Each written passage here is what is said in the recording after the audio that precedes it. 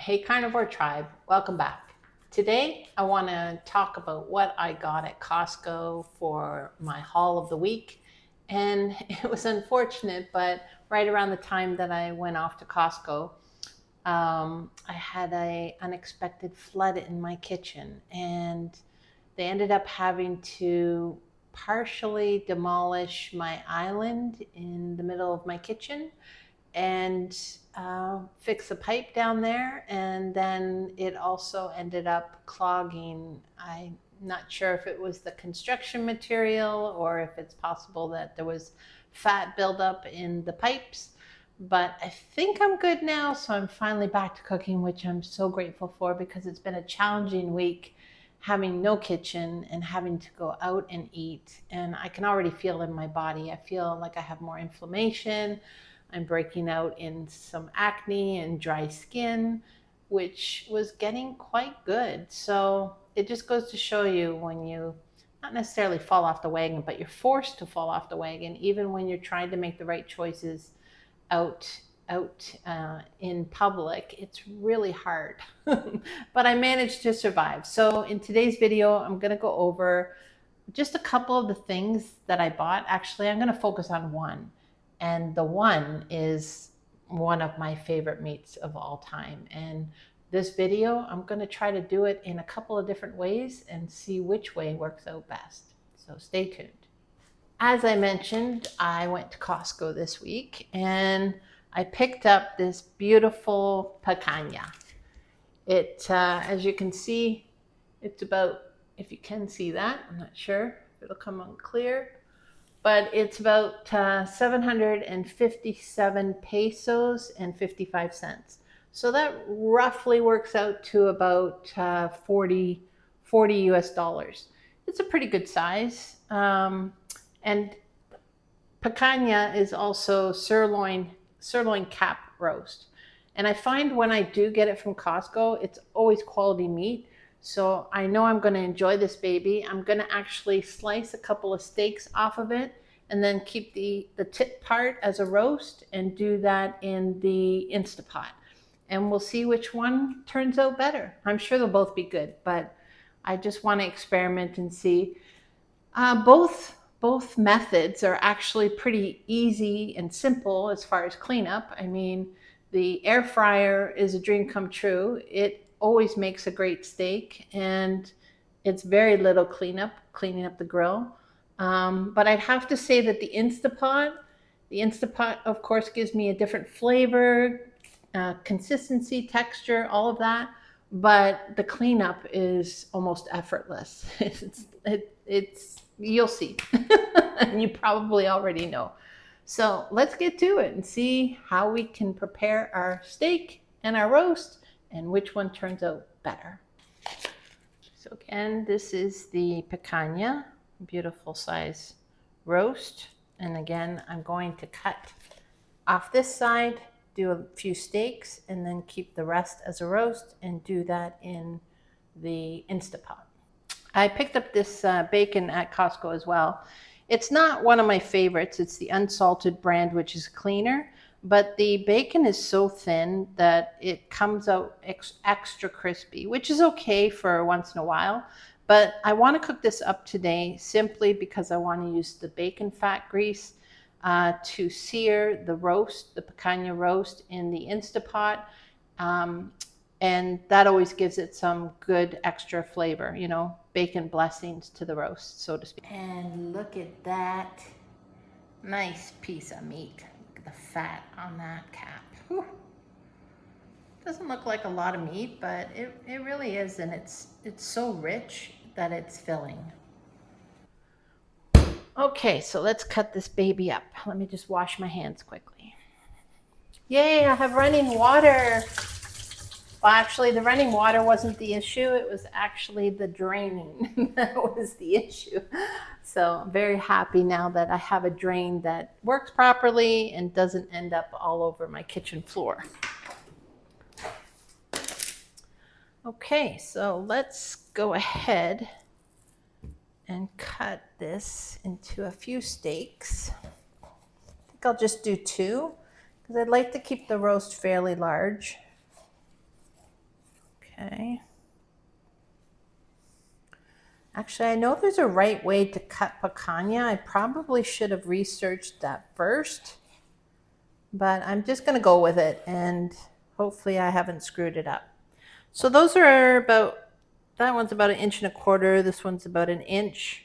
I'll put those in my air fryer, and then I'm going to put this into the Instapot. Okay, so I'm going to actually use the end cut first, the little thicker one, and I'm going to do one at a time only because I'm testing this. Oh, I got to get the grill. Hang on. There we go.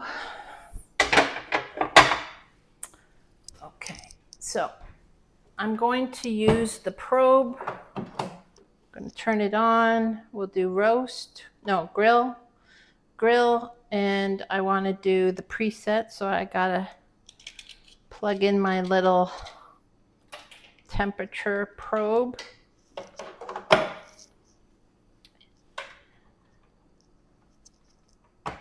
Okay, now I'll hit preset. It's beef. I want it to be medium rare, but on the low side, more closer to the rare. So I'll start this because it has to have some time to heat up, and then we'll stick the probe in the meat once it says add meat. And while this is going and heating up, I'm going to start doing the bacon. I never thought I'd be so happy to have my kitchen back. I mean, with the pipes being so clogged, the main drain pipe being so clogged, I really had trouble this week sticking to carnivore, a clean carnivore. And I could definitely feel the difference in my body. But kudos to the guys who came out and tried to help.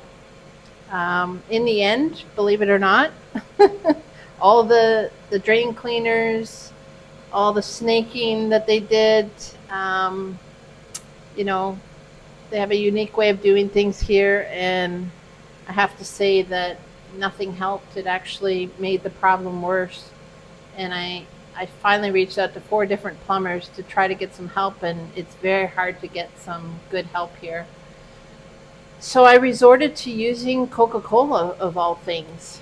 You'd never believe it, but I just put down, I always keep cans of Coca-Cola here because a lot of the workers really, that's what they're addicted to. And, I try to give them water as much as I can to convert them, but they are who they are, and I don't want to judge them. And so I keep some cans of Coke handy, and I literally put, I think it was 3 or 4 cans of Coke down the sink. I disconnected it all, cleaned out the P-trap. It was pretty clear. It was just water sitting there, so that I didn't dilute the Coke when I poured it down the drain. And of course, I'm not a professional plumber, so this is just for entertainment purposes only. But in my situation, I put those, I think it was 4 cans of Coke down the sink, and I let it sit overnight. And I was really hoping the next day a plumber would show up. Unfortunately, they didn't. And in the morning, I decided to throw in another 2 cans of Coke down the drain, thinking, well, you never know when these guys show up. And by the end of the day, nobody had showed up.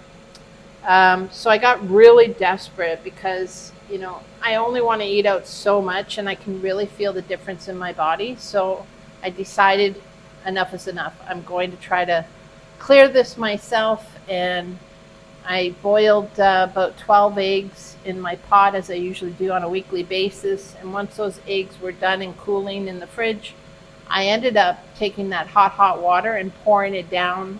And that was the first water that had ever seen the sink in probably over a week. And that water was piping hot, and that was following the 6 cans of Coca-Cola. And that whole pot of boiling water went down that sink, no problem, and didn't cause any of the flooding up over the vents in the kitchen. So it obviously, I'm assuming that the trick was really the Coca-Cola that did the final job and cleared whatever was there. And I might just do that on a regular basis now, maybe on a monthly basis, just throw a can of Coke down there and let it sit overnight.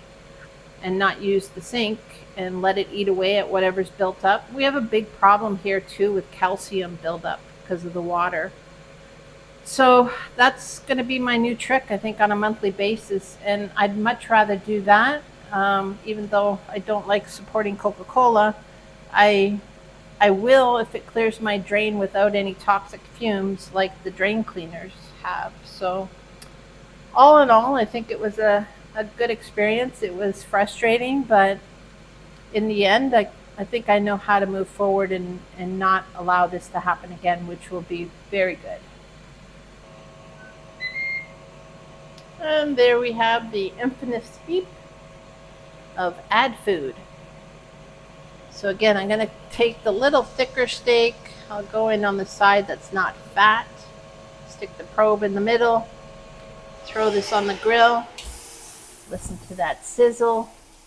And I want to add a little bit more Redmond's real salt. I did while it was sitting on the cutting board resting, but I like to add lots of salt. And we'll let that go. Right now it's at a current internal temperature of 52 degrees Fahrenheit, and it needs to get to 112. And once it hits 112, we'll have another beep, and I'll remove it from the air fryer and allow it just to rest for 5 minutes, and then we should be good. Okay, and this is what it looks like. It is cooked.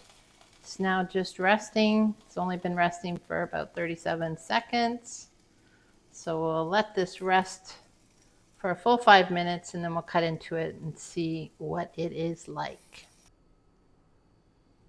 Okay, guys, it's been 5 minutes. Let's cut into this bad boy. Oh, what a good lunch this will be today. Might be a little overdone, but not bad. Get to the thicker parts is probably perfect. Oh yeah, there we go. That's better. Beautiful. Okay.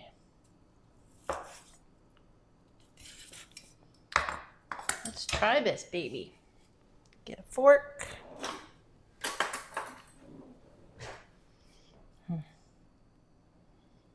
So pretty good. Medium rare, I'd say. It looks tender. It's hot.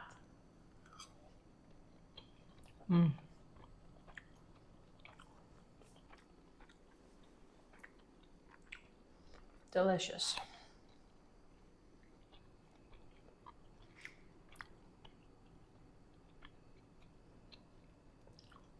I'm actually used to this on the barbecue. I actually think I like doing it slow and low on the barbecue compared to the air fryer. But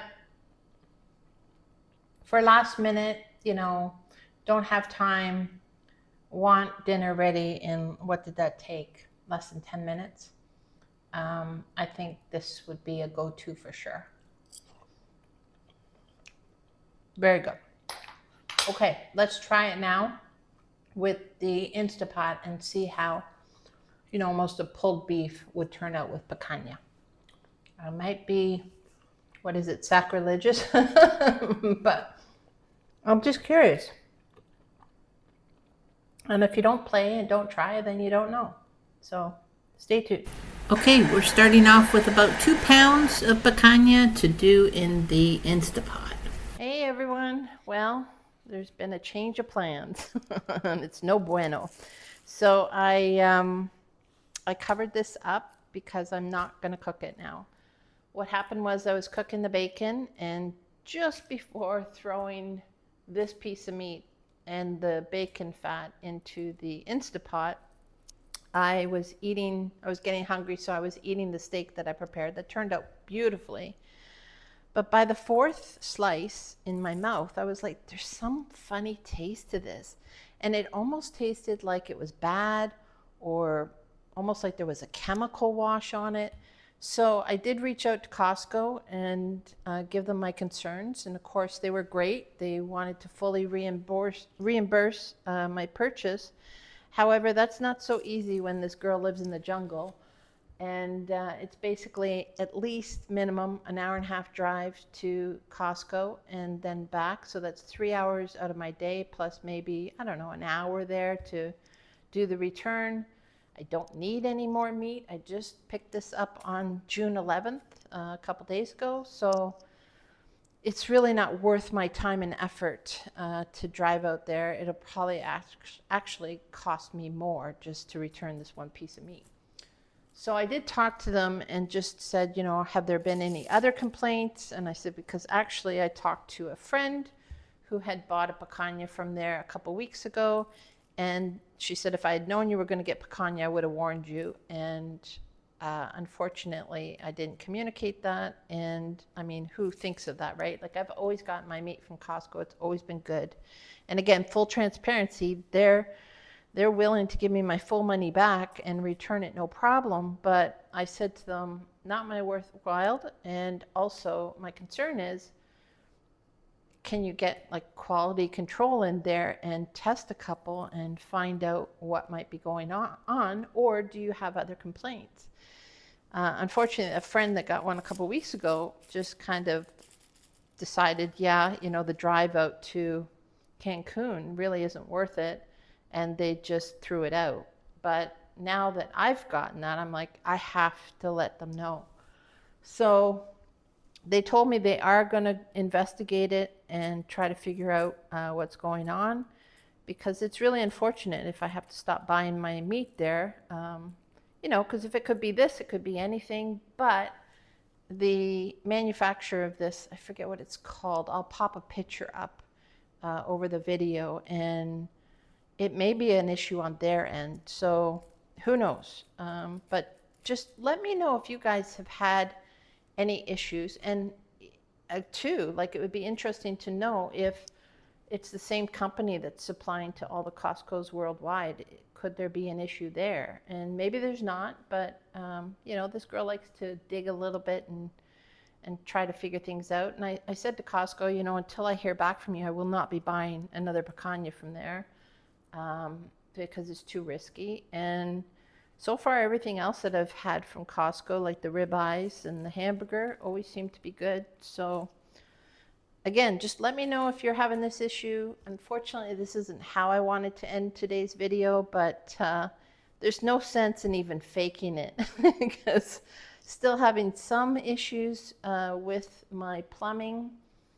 And as much as the Coke helped clear the drain here, I think there's a much larger problem maybe in the sump in our neighborhood. So I have brought it to the attention of the HOA here. So hopefully they find a solution there. So I'm trying still to minimize the amount that goes down the drain. So I'm not even going to fake that this was good and cook it and compare it because yeah, I just can't. I can't. I can't lie. It's just, it's not in my nature. And really, you know, it might even cook up differently because of either it's bad or it's got something on it. I just don't know. I'm perplexed, really am. So love to hear your thoughts. And that will be the end of today's video. So until next time, I'm sending everyone bacon-scented blessings. Love you guys. And thank you again for all who comment. It really, really helps to get the channel noticed. And not only that, I just love to build relationships. So it is a start of that. And I really am excited about, you know, what we can build here. So have a great day, and I will talk to you later. Hasta luego.